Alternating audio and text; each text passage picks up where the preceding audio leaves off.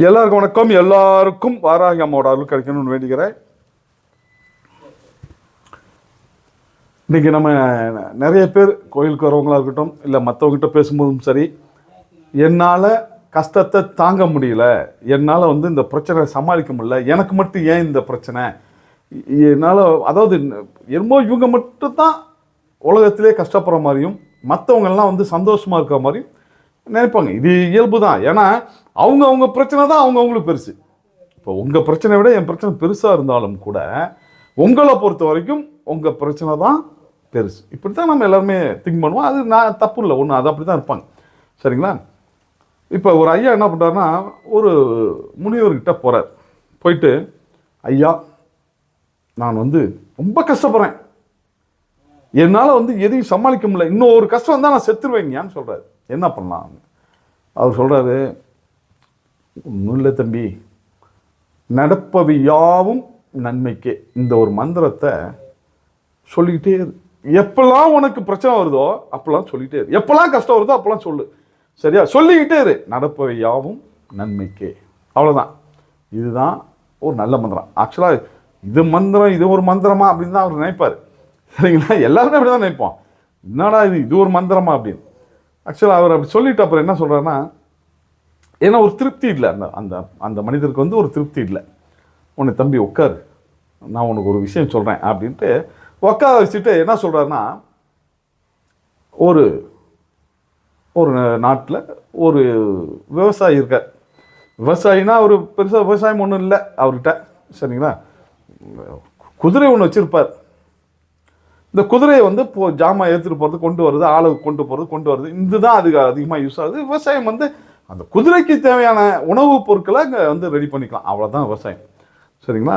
அதில் என்ன பண்ணுறாரு, ஒரு குதிரையை வச்சு ரொம்ப கஷ்டப்பட்டு ஜீவனம் நடத்துகிறார். ஏன்னா யாராவது வந்தாங்கன்னா கூட்டிகிட்டு போவாங்க, கூட்டிகிட்டு வருவாங்க, ஜாமான் கொண்டு போகிறது, பக்கத்தில் இருக்கிற டவுன்லேருந்து கொண்டு வர்றது, இதுதான் அவருடைய தொழில். சரிங்களா? ரொம்ப கஷ்டமான ஜீவனம் தான், ஒன்றும் பெரிய அளவில். ஏன்னா கிராமம் தானே, ஒரு கம்மியான நாட்கள் தானே சொல்லுவாங்க, எனக்கு இது வேணும் அது வேணும்பாங்க, போய் வாங்கிட்டு கொடுப்பாரு, கூட்டிகிட்டு போகிறது, கூட்டிகிட்டு வர்றது, இப்படி போயிட்டு இதில் வர காசை வச்சு அந்த குடும்பம் ஜீவனம் பண்ணிகிட்டு இருக்கான். அவருக்கு ஒரு பையனும் இருக்கான். சரிங்களா? இந்த குதிரை என்ன பண்ணுது, அவர் எப்பயுமே இன்னொரு விஷயம் என்னென்னா, அந்த பெரியவர் எப்பயுமே சொல்லிகிட்டே இருப்பார், நடப்பவை யாவும் நன்மைக்கே அப்படின்னு சொல்லிகிட்டே இருப்பாப்புல. யார் எது சொன்னாலும் சரி, பிரச்சனை சொன்னாலும் சரி, நல்லது சொன்னாலும் சரி, இல்லை பெரிய பணம் வருது அப்படின்னு சொன்னாலும் சரி, இல்லை லாஸ் ஆயிடுச்சுன்னு சொன்னாலும் சரி, செத்துட்டான்னு சொன்னாலும் சரி, எது நடந்தாலும் சரி, அவர் சொல்கிற ஒன்று, நடப்பவை யாவும் நன்மைக்கே அப்படி. இப்போ என்ன ஆகுது, குதிரை ஒரு நாள் காணாம போச்சுனோடனே எல்லாம் வராங்க. உங்களுக்கு தெரியும், நமக்கு ஒரு விஷயம் சரியில்லைன்னு வைங்களேன், ஊரே எப்படி பேசும், ஏதோ ஒரு 10 பேர் சேர்ந்தாப்புல இறந்துட்டா எப்படி இருக்கும் அப்படி பேசுவாங்க. எல்லாம் ஊரே குமிஞ்சிக்கிட்டு, என்ன போச்சே, இருந்த குதிரையும் போச்சா, ஒன்ன மாதிரி ஒரு துரதிருஷ்டசாலியை பார்க்க முடியாது, அப்படி இப்படிங்கிற. அவங்க மகனா, நான் போய் தேடி பார்க்குறேன், விட்றா, அதெல்லாம் ஒன்றும் பிரச்சனை, பார்த்துக்கலாம், நடப்பதெல்லாம் நல்லது தான், நடப்பவியாவும் நன்மைக்கே, அதை பற்றி பெருசாக எடுத்துக்க, அதை விட்டுரு அப்படிங்கிறார். இவன் நான் என்னடா இந்த ஆள் இப்படி இருக்கான் அப்பாவை, ஏன்னா என்ன ஒரு தேடுறேன்னு சொன்னால் கூட வேணாம் விடுப்பா அப்படின்னு. அவங்கெல்லாம் சொல்கிறாங்க, என்னடா இது, அந்த ஊர்க்காரனா இவர் மேலே எல்லாம் கொலவெறியில் இருக்காங்க, என்னடா இவ்வளோ கஷ்டப்பட்டு இவ்வளோ ஒரு இதாக நம்ம சொல்கிறோம், எல்லாம் நன்மைக்கேனா என்ன, குதிரை காணாமல் போகிறதெல்லாம் கூட ஒரு நன்மைக்கா, குதிரை ஓடி போயிடுச்சு அது ஒரு நன்மையா, இவன் எப்படா சாப்பிடுவான் அப்படிங்கிற மாதிரி அவங்களுக்குள்ள கோவம். கொஞ்ச நாள் ஆச்சு, ஒரு 2-3 நாள் ஆனவுடனே அந்த போனிச்சு பாருங்க குதிரை காட்டுக்குள்ளே, அந்த குதிரை இன்னொரு குதிரையை கூட்டிக்கிட்டு வருது. சரிங்களா? இன்னொரு குதிரையை கூட்டு, அது முரட்டுத்தனமான குதிரை, காட்டுலேருந்து வந்த குதிரை, இங்கே வீட்டில் பழக்கப்பட்டிருக்கோம், சாதுவாக இருக்கும், அது நல்ல முரட்டுத்தனமாக வருது. அதை பார்த்தோன்னு எல்லாரும் சந்தோஷப்படுறாங்க, எப்பா நீ ரொம்ப கொடுத்து வச்சான்ப்பா, பாரு சும்மாவே ஒரு குதிரையை கூட்டிகிட்டு வந்துச்சு, உன் குதிரை ரொம்ப அருமையான குதிரைப்பா, நீ இனிமேல் இன்னும் 2 மடங்காக சம்பாதிக்கலாம், அப்படி இப்படின்னா அந்த ஊர் பேசுது. இதையும் இன்னொன்று புரிஞ்சுங்க. சரிங்களா? இதே தான் உங்கள் சொந்த பந்தம் இப்படி தான் பேசுவோம்.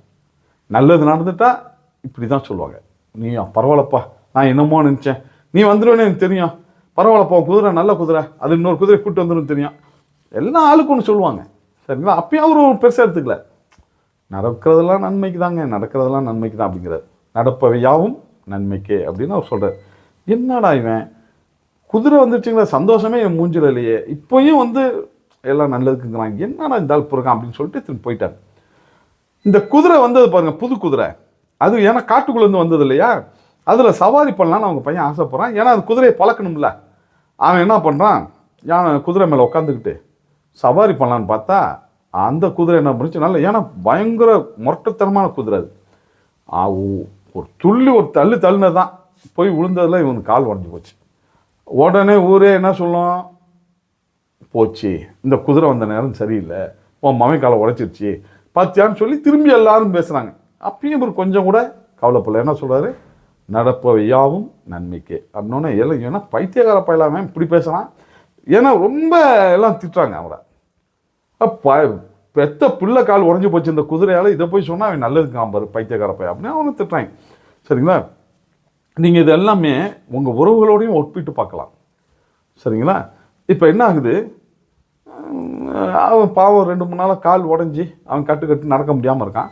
அந்த நேரத்தில் என்ன ஆச்சுன்னா, அறிவிக்காமல் ஒரு மன்னர் வந்து போர் புரிகிறார் இந்த நாட்டு கூட. பக்கத்து நாட்டு மன்னர் போர் அறிவிக்கலை, திடீர்னு வந்து பெரும்படையோடு வராரு. அப்போ என்ன ஆகுதுன்னா, ஊரில் இருக்கிற இளைஞர்கள் எல்லாருமே 20 வயசுக்கு மேலே இருந்தால் எல்லாரும் படைக்கு வந்துடணும்னு சொல்லி மன்னர் உத்தரவு போட்டார். வரலன்னா பிடிச்சிட்டு வர சொல்லிட்டார். சரிங்களா, ஏன்னா ஆச்சு எல்லாத்தையும் பிடிக்கிறான். 20 வயசுக்கு மேலே ஆச்சா எல்லாம் சண்டைக்கு வர முடியுதா அப்படின்னு எல்லாத்தையும் பிடிச்சிட்டு வராங்க. இந்த ஊருக்கு வராங்க, அங்கே ஒருத்தன் போட்டு கொடுக்குறான். என்ன சொல்கிறான், வீட்டுக்குள்ளே ஒருத்தன் இருக்கான், திரகாத்திரமான ஆளு, நல்ல குதிரை சவாரிலாம் பண்ணுவான், அவனை பிடிங்க ஐயா அப்படிங்கிறான். அங்கே போனால் உள்ளே போனால் அவன் கால் கட்டு போட்டு படுத்து கிடக்கிறான், நடக்க முடியல. அவன் சரி ரைட்டு ஒன்றும் பண்ண முடியாது இந்த பையனுக்கு அப்படின்னு சொல்லிட்டு நீ வீட்டில் இருப்பான்னு சொல்லிட்டு போயிட்டாங்க. அந்த ஊரில் இருக்கிற இள வயசு வாலிபர்கள் யாருமே இல்லை, எல்லாரும் சண்டைக்கு போயிட்டாங்க. இவன் ஒருத்தன் மட்டும்தான் வீட்டில் இருக்கான். அங்கே இருக்கிற பொம்பளைங்க வயசானவங்க எல்லாரும் சேர்ந்து என்ன சொல்கிறாங்க, சே உன் குதிரை இருக்கு பாரு, அற்புதமான குதிரைப்பா, எப்படி உன் பையனை காப்பாற்றிருக்கு பாரு அப்படின்னு. அப்போ இவர் என்ன சொல்லுவார், உங்களுக்கு தெரியுமே, நடப்பவை யாவும் நன்மைக்கு.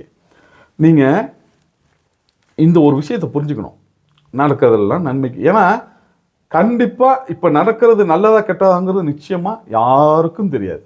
சரிங்களா, ஆனால் நடப்பவையெல்லாம் நன்மைக்கே நீங்கள் வந்து அந்த பாசிட்டிவான ஒரு எண்ணத்தை கொண்டு வர நிச்சயமாக அது நல்லது தான் நடக்கும். கெட்ட அந்த தற்காலிகமான ஒரு கெட்டதாக இருக்கலாம், அது அவ்வளோதான். அந்த நேரத்தில் வேணால் அது சரியில்லாமல் இருக்க முடியாது, ஆனால் அதன் மூலமாக தான் உங்களுடைய வாழ்வு சிறப்படையும். சரிங்களா, நீங்கள் வேணால் பாருங்களேன், பிரச்சனை தோல்வி இதிலேருந்து கற்றுக்க முடியாதுன்னு ஒன்றுமே கிடையாது. பெரிய பெரிய ஜாம்பவான்கள் எல்லாம் அப்படி தான் இருப்பாங்க. நீங்கள் விளையாட்டு வீரர்களாக இருந்தாலும் சரி, இல்லை வேறு யார் வேணுமாலும் பாருங்களேன், முதல்ல அவங்க லைஃப் வந்து சரியில்லாமல் இருந்து அதுக்கப்புறம் தான் தோல்வி பிரச்சனைகள்லாம் சந்தித்து வந்தவன் தான் நிமிர்ந்து நிற்பான். பல மடங்கு சக்தி வாய்ந்தவனா அனுபவமுள்ள ஆளாக இருப்பான். சரிங்களா, அப்போ என்னன்னா நீங்கள் இந்த மாதிரி மைண்ட் செட்டில் வச்சுக்கணும். நம்ம நடப்பையெல்லாம் நம்ம என்ன பண்ணுவோம், ஒரு சின்னதாக ஏதாவது ஒரு டவுன் ஆயிடுச்சுன்னா ஐயோ போச்சுன்னு கதறுவான். ஒரு சின்னதாக ஒரு நல்லது நடந்துருச்சுன்னா சூப்பர்னு வச்சு கொண்டாடுவான். இது ரெண்டுமே ரொம்ப தப்பான ஒன்றில் போய் தான் முடியும். சரிங்களா, ரொம்ப ஈஸி. இந்த மைண்ட் செட்டில் இருக்கவன் எவனையுமே உங்களால் வீழ்த்த முடியாது.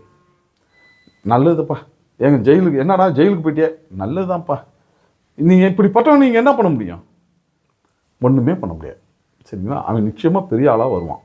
அதாவது எவ்வளோ பிரச்சனைகள் வந்து அதை தாண்டி அவன் வளருவான். ஐயா எனக்கு ஓகே, ஆனால் என்ன பண்ணுறது, எனக்கு இப்போ வந்து என்ன எல்லாமே இந்த மாதிரி மைண்ட் செட்டில் இருந்தாலும் கூட என்னால் வந்து சரியாக திறம்பட செயல்பட முடியல, ஏதோ எனக்கு வந்து கொஞ்சம் உடம்பு முடியல, இல்லை மைண்டு சரியில்லை, ஏதோ ஒரு பிரச்சனையாகவே இருக்குது, என்னால் முன்னேற முடியல, நீங்கள் சொல்கிற மாதிரி தான் நான் நடந்துக்கணும் பார்க்குறேன், ஆனாலும் என்னால் முடியல அப்படிங்கிறவங்க நீங்கள் ஒன்றும் கவலைப்பட வேணாம்.